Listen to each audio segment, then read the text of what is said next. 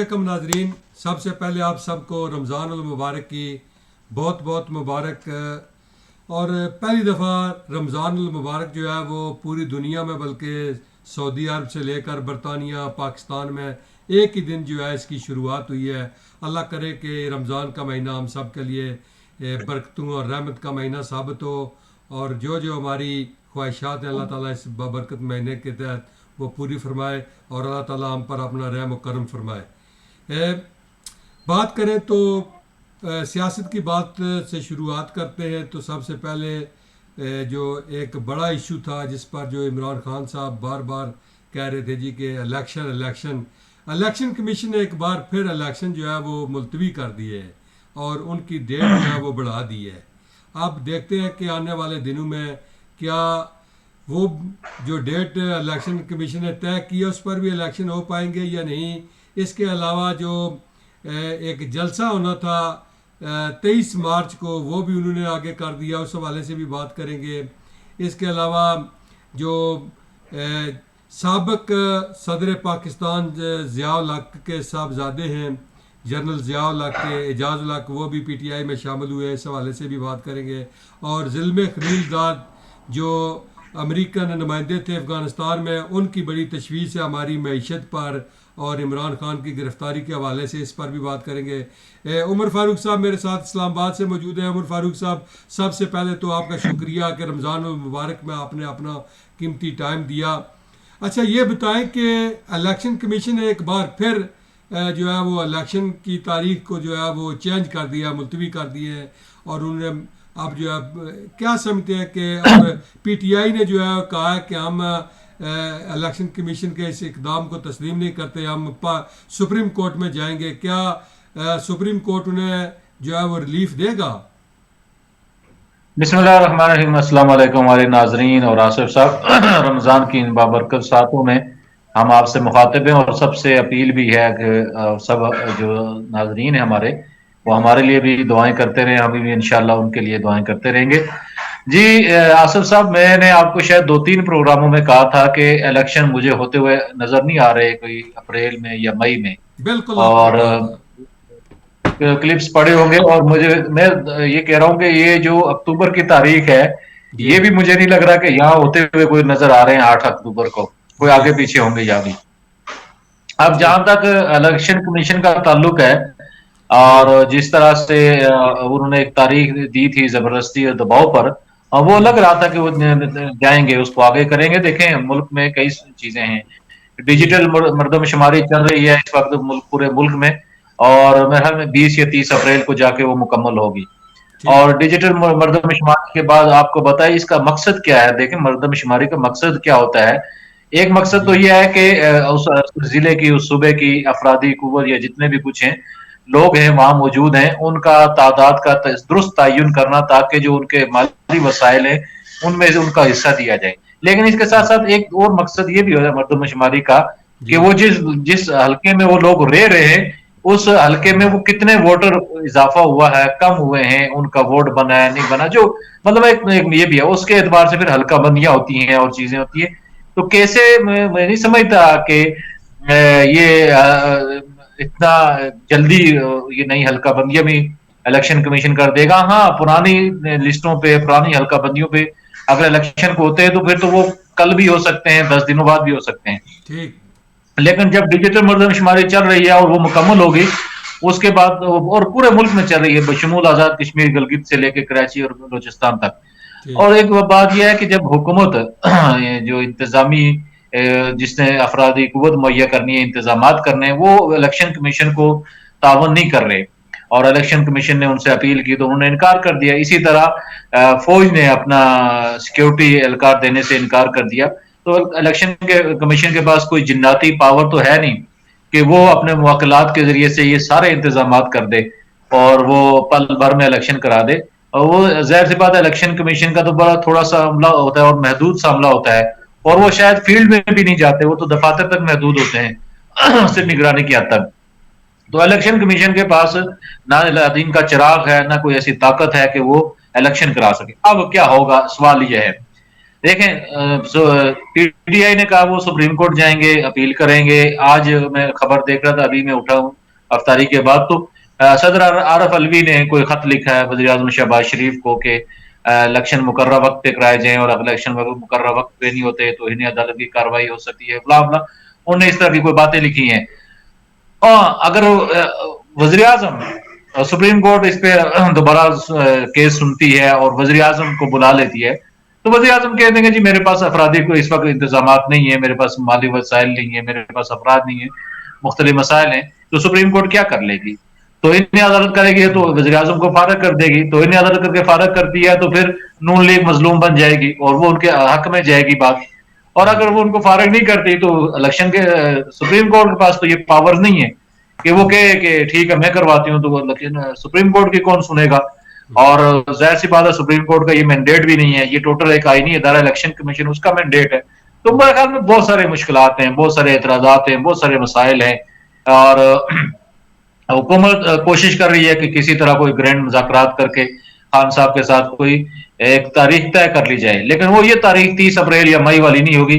अगर हुकूमत ने बजट पेश किया तो आप लिए माला याद रखिएगा कि ये सितंबर अक्टूबर तक बात जाएगी। और ये भी सुनने में जो आ रही है खबरें कि सितंबर में सदर आरफ अलवी साहब की मुद्दत भी 5 साल पूरी हो जाएगी, और चीफ जस्टिस जो उमर अता बंदियाल साहब भी वो भी रुखसत हो जाएंगे।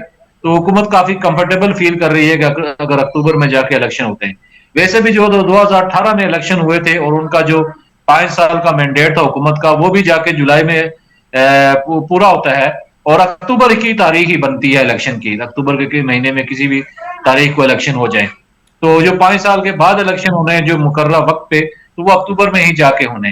तो ये बहुत सारे इश्यूज हैं जिसकी वजह से ये इलेक्शन मुलतवी हो रहे हैं या डिले हो रहे हैं, और जो इसके पस पर्दा भी जो मैंने आपको बात बताई और जो मुस्तकबिल की भी कुछ इशारे दिए हैं। तो बहरहाल इलेक्शन कमीशन एक फैसला ले चुका है, स्टैंड ले चुका है। देखते हैं इसमें अब इमरान खान या सुप्रीम कोर्ट क्या रोल अदा करते हैं और कहां तक जाते हैं। साबिक वज़ीर आला पंजाब चौधरी परवेज़ लाई ने कहा है कि वज़ीर आज़म शहबाज शरीफ और मोहसिन नकवी पर आर्टिकल 6 जो है वो लगेगा अगर उन्होंने इलेक्शन ना करवाए। तो क्या वाकई आर्टिकल 6 लग सकता है ऐसे हालात में? मेरे ख्याल में ये आर्टिकल 6 वाली बात तो पाकिस्तान में तो पहले इससे पहले किसी पे नहीं लगा। एक परवेज मुशर्रफ पे लगाने की कोशिश की गई थी, और वो भी आपको पता है कि जिस तरह से मुल्क से बाहर चले गए थे और बिल आखिर वो वफात पा गए। तो आर्टिकल 6 का तो सिर्फ धमकी है, वो लगा नहीं सकते। क्या अथॉरिटी उनके पास है? कौन लगाएगा आर्टिकल 6? सुप्रीम कोर्ट के पास जाहिर सी बात है ज्यादा से ज्यादा तौहीन अदालत हो सकती है। तौहीन अदालत में आपको पता है कि ऑप्शन होता है मुलजम के पास कि वो माफी मांग ले। जैसे खान साहब के पास तौहीन अदालत पे कई मरतबा हो चुकी, वो माफी मांग चुके हैं। तो अगर माफी कबूल नहीं की जाती तो फिर जाहिर सी बात है वो तौहीन अदालत में फारग कर सकती है। तो मैंने पहले कह दिया कि वो तो फिर जाहिर सी बात नून लीग के हक में पोजीशन चली जाएगी, और वो वज़ीर आज़म अगर उनका नायल होता है तो वो एक पूरा बयानिया उनका तैयार हो जाएगा कि अदालतें एक तरफ खान साहब को रिलीफ दे रही हैं और दूसरी तरफ हमारे वज़ीर आज़म को या हमारे रहनुमाओं को वो इस तरह फारग कर रही है। तो बड़ा मुश्किल है जी। मुझे नहीं लगता कि कोई आर्टिकल 6 इस पे लागू होता है या नहीं होता। ये जो टोटली इंतजामी मामला है और इस इंतजामी मामले में जाहिर सी बात है इलेक्शन कमीशन के पास इतने वसाइल या इख्तियारात या इतनी अफराधी कुव्वत नहीं है कि वो तनहा ये इलेक्शन करा सके इतना बड़ा। सही बात है, सही। तो पाकिस्तान के जो मौजूदा हालात हैं, जिस तरह इमरान खान साहब के लाहौर में जो वाक़या पेश आया जब वो अदालत में पेशी के लिए जा रहे थे, तो उस पर कुछ अमेरिकी सेनेटर्स और जो अमेरिका में अफ़गानिस्तान के साबिक नुमाइंदे थे ज़िल्मे खलील दाद, उन्होंने बड़ी तशवीश का इज़हार किया और बड़े जो है वो इस बारे में फ़िक्रमंद है कि इसी तरह उन्होंने पाकिस्तान की मैशत पर भी जो है वो बयान दिए, जिसको जो है पाकिस्तान के दफ्तर ख़ारजा ने भी उनको शट अप कॉल दी है। तो ये अमेरिकी सेनेटर्स और ये ज़िल्मे खलील दाद के अचानक सामने आने से आप क्या समझते हैं कि इमरान खान साहब को कहीं अमेरिका एक बार फिर सपोर्ट नहीं कर रहा? जी देखें, खान साहब को अमेरिका पहले दिन से सपोर्ट कर रहा है, और ये बात तो कहीं भी ढकी छुपी नहीं रही, किसी मौके पे भी नहीं रही। एक अमेरिका नहीं कर रहा, और बहुत सारी लाबियां हैं जो इंटरनेशनल सतह पे हैं, वो उनके पसे पुश्त खड़ी हैं और वो उनकी हमायत कर रही हैं। हाँ, अलबत्ता बीच में कुछ जो खान साहब की हुकूमत पिछले साल जब नहीं बची थी तो उन्होंने अपना कुछ गुस्सा निकाला था अमरीकियों पर, लेकिन बाद में वो सारी माफी तलाफी हो गई। अभी आपने देखा कि 2 दिन पहले या ना पिछले फरवरी में, पिछले महीने में उन्होंने एक नई फर्म हायर की और उससे एक माहिदा किया है, जिसको माहाना कोई 8-8,500 डॉलर दिए जाएंगे, और 6 माह के लिए माहिदा किया गया कि वो वहां पे उनके लिए लॉबिंग करेगी। तो ठीक। अब खान साहब की पूरी अब फौज से भी वो कोशिश कर चुके हैं, मिन्नतें तरले कर चुके हैं, धमकियां भी पहले दी, फिर मिन्नतें तरले भी कर लिए, और नहीं बन सकी बात उनकी, कि जाहिर सी बात है वो पहले भी फौज के कंधे पे सवार होके आए थे। उनकी कोशिश थी कि किसी तरह वो फौज के कंधे को फिर इस्तेमाल करके दोबारा कौमी सियासत में वो किसी तरह दाखिल हो सके, नहीं बन सकी। ठीक। तो इसलिए उन्होंने मुनासिब समझा कि वो बड़े घोड़े पे सवार हों, तो वो अब अमरीकी घोड़े पे सवार हुए हैं, और उनकी जो पसे पुश वो सारी कुव्वतें खड़ी हो गई हैं। एक ज़ल्मे खलीलजाद ही नहीं है, ब्रड शर्मैन उनके एक जी। सेनेटर थे, उन्होंने बयान दिया। आज एक और सेनेटर ने बयान दिया है, 2 सेनेटर इससे पहले बयान दे चुके हैं, और फवाद चौधरी साहब ने बीबीसी से गुफ्तगू करते कहा था कि मजीद बयानात भी आएंगे। तो ये वो बयानात हैं जो अमेरिका की तरफ से मुसलसल आ रहे हैं, और ये भी चुगली खाई जा रही है कहीं से कि IMF भी कहीं ना कहीं दबाव डाल रहा है हुकूमत पे कि किसी न किसी तरह तमाम ये जो मामलात हैं इसको डील किया जाए अच्छे तरीके से। कोई इलेक्शन की बात भी कर रहा है, मतलब वो खुले तौर पे कोई बात तो नहीं कर रहा IMF, लेकिन वो अपने मुज़ाकरात के जरिए से, अपने मामलात के जरिए से कोई इशारतन चीजें कर रहा है, और एक मायदा जो तकरीबन जिस पे तमाम शराइत पे अमल दरामद हो चुका, वो नहीं हो रहा। उसकी टाल और मटोल ये से इसकी भी यही वजह। अंदाजा हो रहा है। IMF की जो टाल जी, मटोल है, कभी कुछ शिक रख देते हैं, कभी कोई शिक रख देते हैं, इससे भी यही अंदाजा हो रहा है कि वो जो है वो। वो उनके अमेरिका जी। अमेरिका या कुछ और मालिक हैं जो खान साहब के पीछे भी हैं। तो मुझे अब ये जहां तक ज़ल्मे खलीलजाद का बयान है या इन लोगों के बयानात है, तो ये हमें ये समझता हूँ कि ये हमारी कौमी गैरत के भी मुनाफी हैं, हमारे मुल्क की मामलात में मुदाखलत है, हमारी कौमी सियासत में मुदाखलत है, हमारे फैसलों पर असरअंदाज होने का एक कोशिश है, और कोई उनको हक नहीं पहुंचता कि वो हमारी सियासत के फैसले अमेरिका करे। खान जी। साहब जी। एक तरफ एब्सोल्युटली नॉट, और हम गुलाम हैं, और इस तरह अमरीकी साइफर और पता नहीं क्या क्या वो बयानियां देते रहे माजी में। लेकिन अब जब वो उनके हक में बयानात आ रहे हैं और पाकिस्तान के खिलाफ, रियासत पाकिस्तान के खिलाफ बयानात आ रहे हैं, तो वो इस पर खुश हो रहे हैं। तो ये जो रवैया है हमारा सियासतदानों का और खान साहब का, मेरे ख्याल में ये कौमी सियासी और मफाद के खिलाफ है, और रियासत पाकिस्तान के मफाद के खिलाफ है। उन्हें खान साहब को ये कहना चाहिए था ज़ल्मे खलीलजाद को कि भाई हम अपने मामलात अपने मुल्क में अपने इदारों के साथ हल करेंगे, आपको मुदाखलत करने का हक नहीं पहुंचता। लेकिन चूंकि इस वक्त खान साहब वो समझते हैं कि इक़्तिदार उनकी मंजिल है, और वो हर सूरत इक़्तिदार में पहुंचना चाहते हैं, तो वो इस वक्त ये नहीं देख रहे कि कौन हमायत कर रहा है कौन नहीं कर रहा, बस वो कह रहे हैं कहीं से भी हमायत है वो उसको लेके बस आगे चलना चाहते हैं। जी। लेकिन मैं ये समझता हूं कि ये जितने भी अमेरिकी बयानात दे दें या जहां से भी आ जाएं, जब रियासत ने फैसला करना हो तो फिर रियासत अमेरिकी जो है ना फैसलों को, जाहिर सी बात है वो इतनी अहमियत नहीं देती। तो अब ये देख लें कि जो ही ये अमेरिकी बयानात ज्यादा आना शुरू हुए, तो इलेक्शन कमीशन ने तारीख ही आगे बढ़ा दी। तो अमेरिका यहाँ क्या करेगा? तो या सुप्रीम कोर्ट अब क्या कर लेगी कि इंतजामी मामला है, वो ज्यादा तौहीन अदालत कर सकती है, अमेरिका बयान दे सकता है। लेकिन जी। अमेरिकी बयान जब एक हद से आगे बढ़ेंगे तो फिर जाहिर सी बात है पाकिस्तान भी फिर उसको आगे बढ़ के जवाब देगा।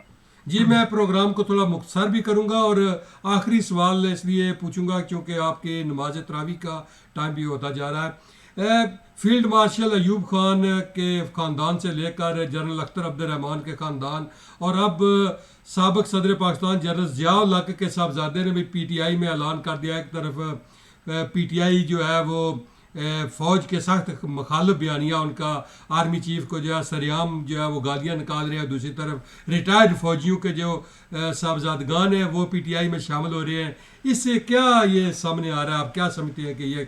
और दूसरी बात ये कि एजाज़-उल हक अगर 2-4 दिन हफ्ता पहले ऐलान करते तो वो चौधरी परवेज़ इलाही से PTI में सीनियर होते, अब तो उन्हें PTI में चौधरी परवेज़ इलाही के मतहत काम करना पड़ेगा। अच्छा देखें, 2-3 इश्यूज हैं, ये 2-3 वजूहात इसको समझ लें। जी। सबसे पहली वजह ये समझ लें कि जो लोग इस तरह के लोग हैं जो PTI में जा रहे हैं, ये एक ज्यादातर वो सियासी बेरोजगार आप कह सकते हैं। ठीक। एजाजुल हक साहब जब तक जाहिर सी बात है किसी सियासी जमात की हमायत हासिल नहीं करेंगे तो वो अपनी एक सीट पर मुश्किल जीत पाते हैं, वो भी ठीक। नहीं जीत पाते। तो उन्हें अपने हल्के की सियासत देखनी है, और उसमें अगर वो अपनी सीट को देखते हैं, क्योंकि उनकी जमात तो कोई है नहीं, तो सही वो है। अपनी जमात सीट की हद तक जाहिर सी बात है किसी जमात, नून लीग तो उन्हें कबूल करने को तैयार नहीं है। नून लीग का वहां बड़ा मजबूत उम्मीदवार है, वो एक सेनेटर है जिस वक्त मुझे नाम याद नहीं आ रहा, तो वो बड़े मजबूत उम्मीदवार हैं। और वो बिल्कुल। अगर नून लीग की तरफ जाते भी हैं तो वो किसी सूरत उन्हें टिकट नहीं मिलेगा एजाज हक साहब को। और हम्म, उसके बाद पीपल्स पार्टी में जाहिर सी बात है वो जा नहीं सकते, वो तो एक बड़ा सख्त दुश्मनी है।